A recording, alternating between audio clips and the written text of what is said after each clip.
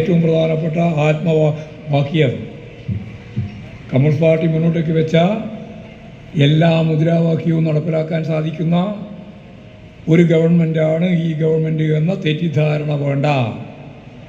അതാണ് പരിമിതി, അതാണ് ഗവൺമെൻറ്റിൻ്റെ പരിമിതി. എന്നാൽ ഈ ഗവൺമെൻറ്റിന് ജനങ്ങൾക്ക് ആശ്വാസം നൽകാനാവും, അവർക്ക് ഒരുപാട് ആനുകൂല്യങ്ങൾ കൊടുക്കാനാവും.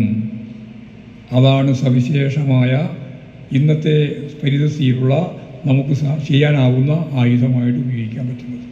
അതുകൊണ്ടാണ് ഒരു ഭാഗത്ത് പരിമിതിയുണ്ട്, മറുഭാഗത്ത് അവസരമുണ്ട്.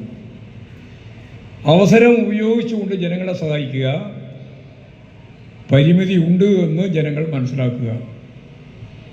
ഇതാണ് 57-ലെ EMSൻ്റെ ഗവൺമെൻറ് ആദ്യമായിട്ട്, ഒരു കമ്മ്യൂണിസ്റ്റ് പാർട്ടി നേതൃത്വത്തിലുള്ള ഗവൺമെൻറ് ലോക ചരിത്രത്തിലാദ്യമായി അധികാരത്തിൽ വന്നപ്പോൾ EMS പറഞ്ഞത്.